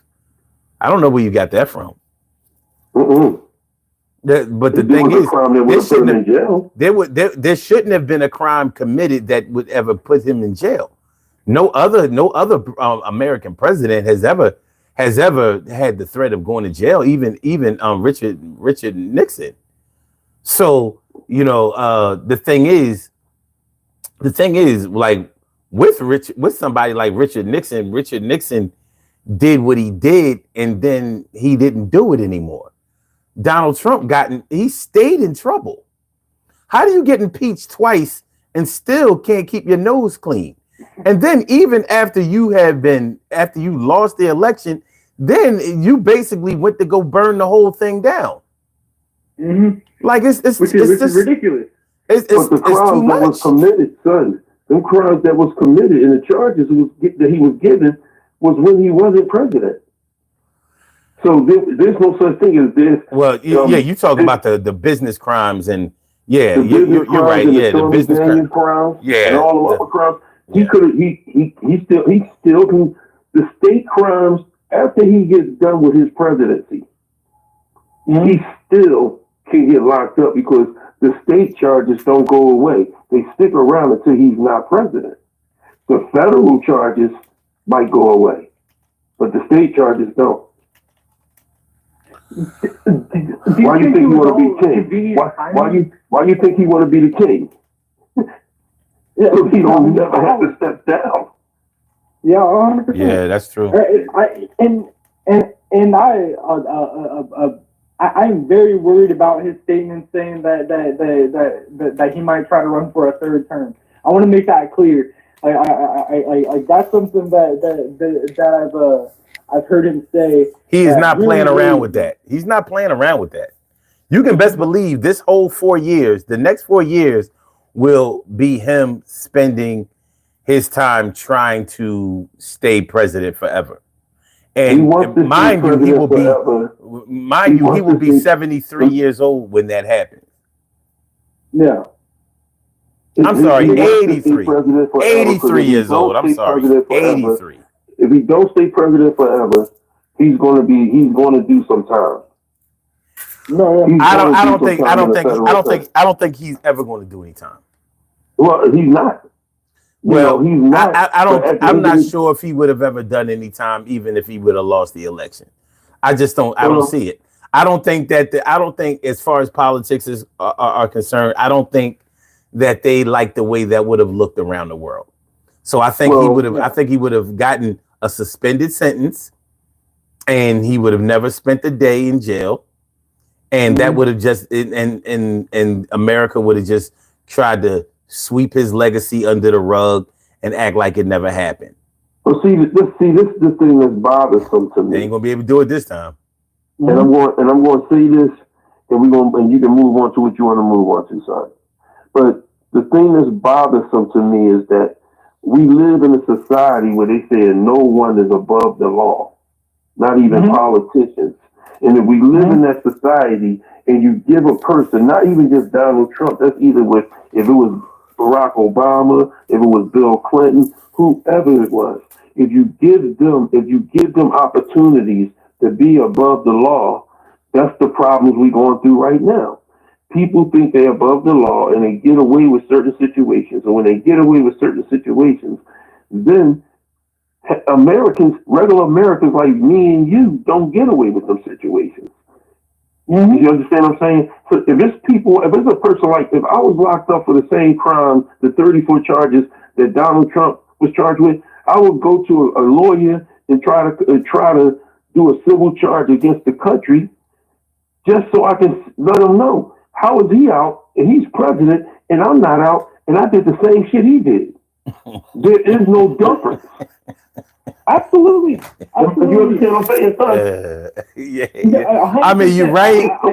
You're right, but optics mean a lot, especially in politics. You wouldn't know it by the way that shit is right now, but it still means there's still a lot of seniors in politics and people who remember how politics was before. But Donald, like it or love it or hate it, he has changed the landscape of what politicians look like, how they talk.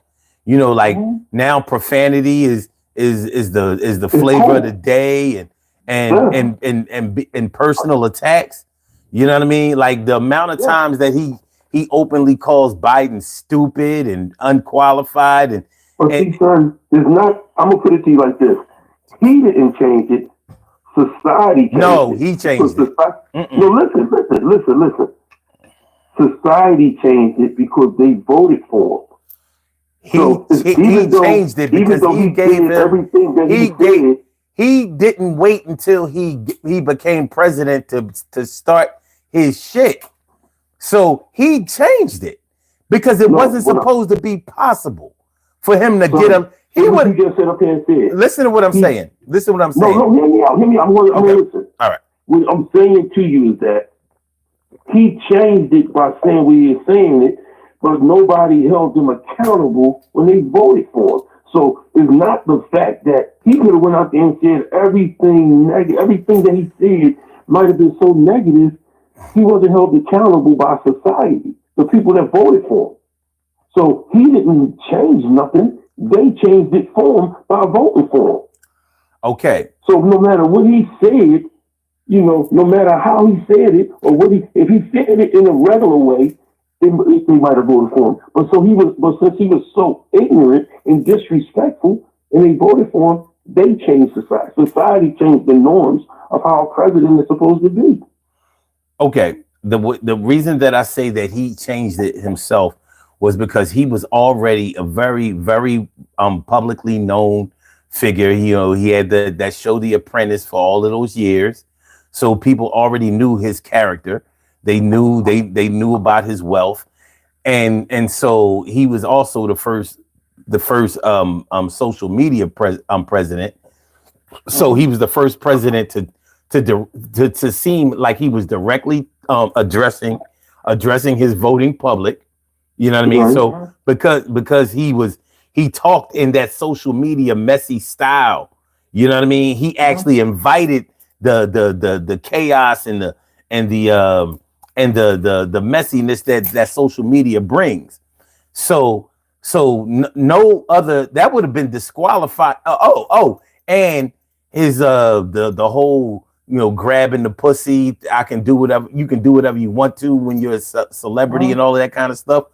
Once and you also have to remember that he was running against an unpopular with a lot of people, Hillary Clinton, who was also a woman. That so the country still is not ready for a female president, but she had a good chance against him. But people liked what he was delivering.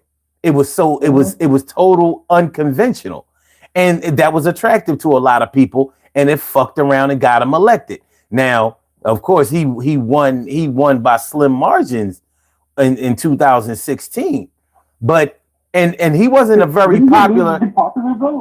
And well, he lost the popular vote in 2016.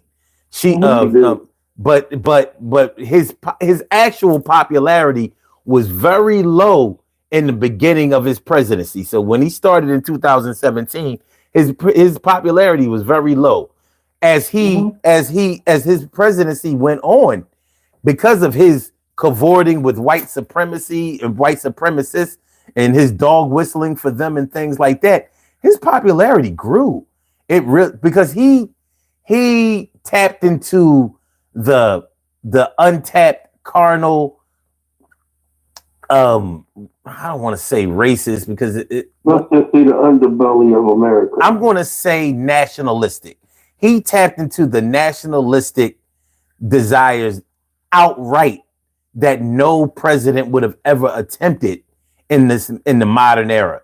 The stuff that he talks about was stuff that only like people who were running in like the Jim Crow era and in times before television would ever speak like, because it didn't get out to everybody like it does now. Well, let's put it like this. So what he did is what he did is what if that would be like if Barack Obama went up to the podium with a black glove, and every time he made a speech, he held his fist up in the air like Tommy, what's his name, the boy from the Olympics. Or every time he came up, he quoted shit from Fred Hampton in the Black Panther. Right.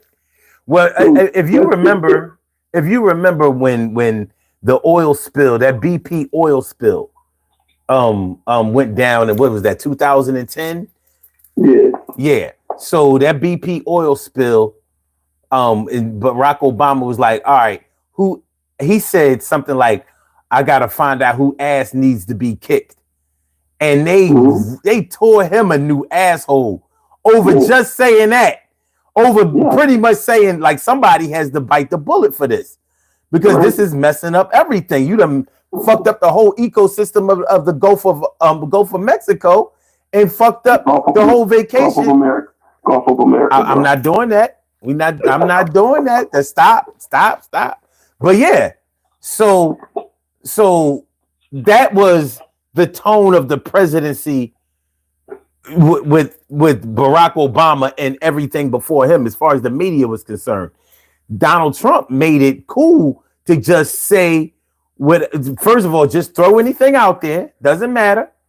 You know what I mean? And if the people really believe in you, it'll work. So it's sort of like they say there's no such thing as bad advertising. Well, he pretty much proved that. Yeah. Nobody before him would attempt that to do that. They all tried to show decorum and some kind of decency, and the Democrats are still doing that, and they see that they're gonna have to get a little bit more ill. Well, Donald Trump reminds me of cooked or overcooked spaghetti. You throw it up against the wall just to see if it sticks, and if it sticks, it's cooked, and that's what he is. He just throws it up against the wall and see if it sticks, no matter what he says. You know what I mean?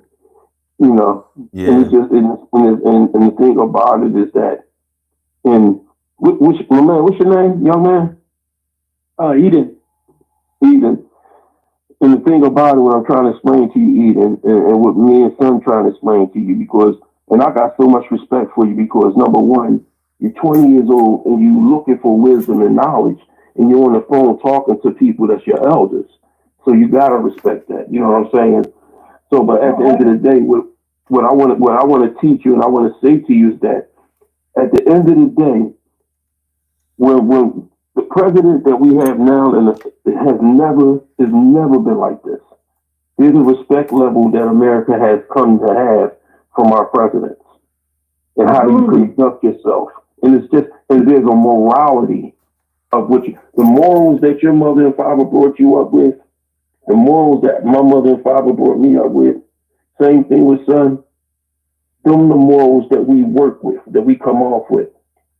The morals that you see this president have and the way he conducts himself is what America is going to spit off until, if you have a child and he's in office, That's what they want to see. Mm. You see what I'm saying? Absolutely. And if, No. and what happens is it becomes ignorance and disrespectfulness and disobedience. And when you get all that together, it produces an ugly country.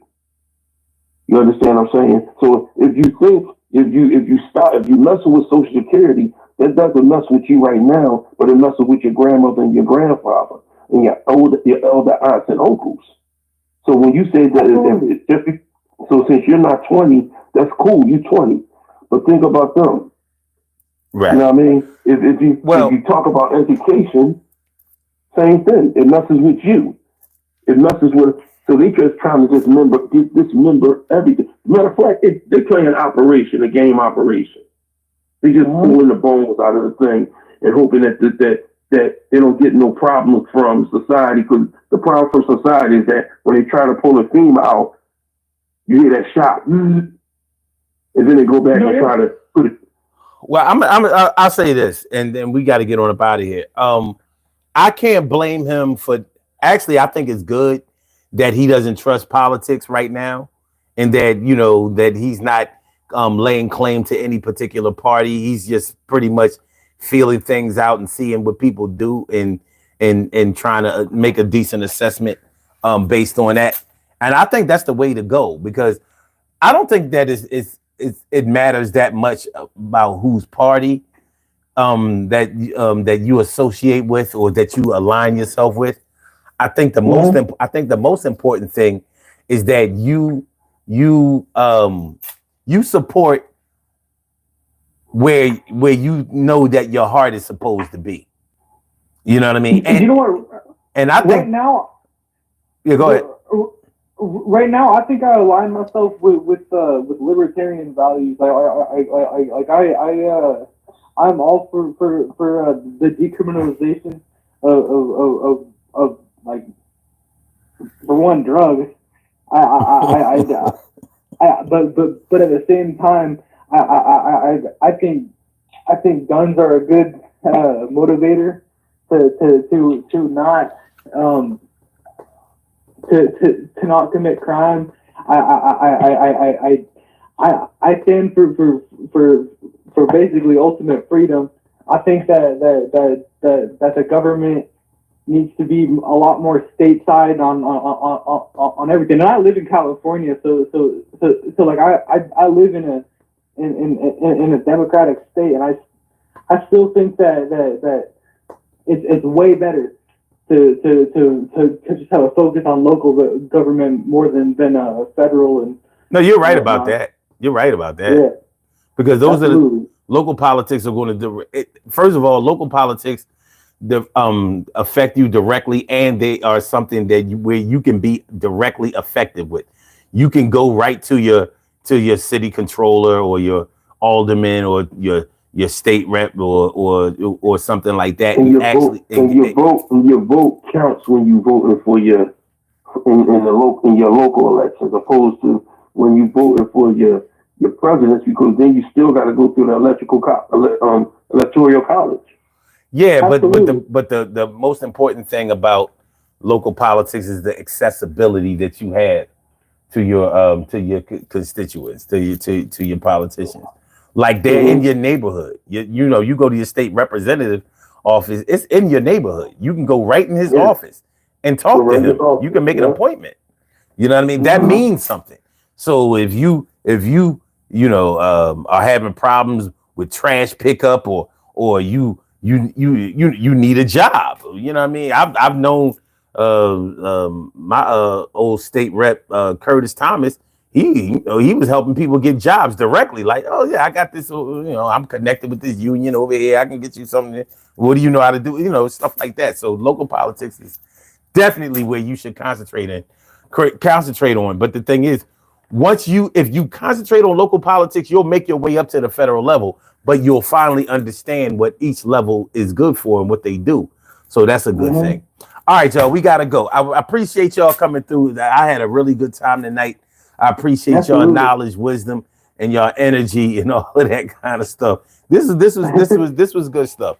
So I appreciate the brother. opportunity, man. all right, man. Y'all know we'll be back on tomorrow night. If y'all want to come through, we can do it all again. You know, the gang will be back. All right, so Yes, sir. y'all have a good All night. right, sir. Much love, bro. Without a doubt. Yeah, Peace. absolutely. You All guys right. too. All right. Later. Excellent stuff. Good stuff. Good stuff. Excellent. Excellent. Let's do these birthday shout outs. We have some birthday shout outs to do. And they deserve to be acknowledged. So let's go about our business of acknowledging them and making them feel special because they are special because they are special because they are SPECIAL. They get the RESPECC. They are SPECIAL. They get the RESPECC. They are SPECIAL. They get the RESPECC. They get number one out the box. No. Number one out the box, Ozioma Abir Rolls. Happy birthday to you. And also Miranda Jean-Francois and Christopher McIntyre, no relation. But what up, guys? All Jamaicans with the last name McIntyres are related to me. And also my man, my people's Don McKeever, my brother from another mother, Donald Mack. And can't forget Go-getter, Beverly Johnson. I'm trying. They got these dates all mixed up, but I remember Beverly Johnson, Lizzie Liz, Shakti Sterner, David Bookman, and that's going to do it. I want to say happy birthday to all of y'all. Oh, my girl. My girl Catrice Lewis. Okay. All right. And also my man that was right there on the line. We got to shout him out tonight and shout him out tomorrow too. You know what I mean? Tomorrow he might go turn up. He might, you know what I mean? He might find his way into a little something tomorrow night. So we better hook him up now. My man Troy Diesel. That was on the line, you know, giving us that good energy, that good knowledge, that good wisdom. Turning 55 years old today. Deuce Nichols made it to 55. I just hope to get where he is now. I hope to get there in about 3 months, 5 months, about 5 months, 5 months. You know what I mean? This man is literally 5 months and 1 day older than me. My birthday is August 12th. His birthday is, should I say 4 months and 30 days? I don't know. Whatever, however it goes. All right. Yo, man, do your thing, man. You know, hopefully you have at least 50 more happy and healthy ones. Do the damn thing. Rock out, rock on. Do the damn thing. And that goes, I want to shout out all y'all and anybody else out there who shares this birthday on this glorious March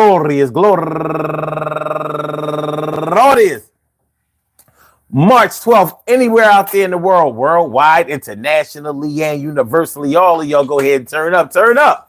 But don't turn up too loud. Just turn up loud enough so everybody can hear you. Rock out, rock on and do the damn, the rock out, rock on and do the damn, rock out, rock on and do the damn thing. You do your thing, y'all. Represent the queens and kings. And do your thing, y'all. Represent the queens and kings.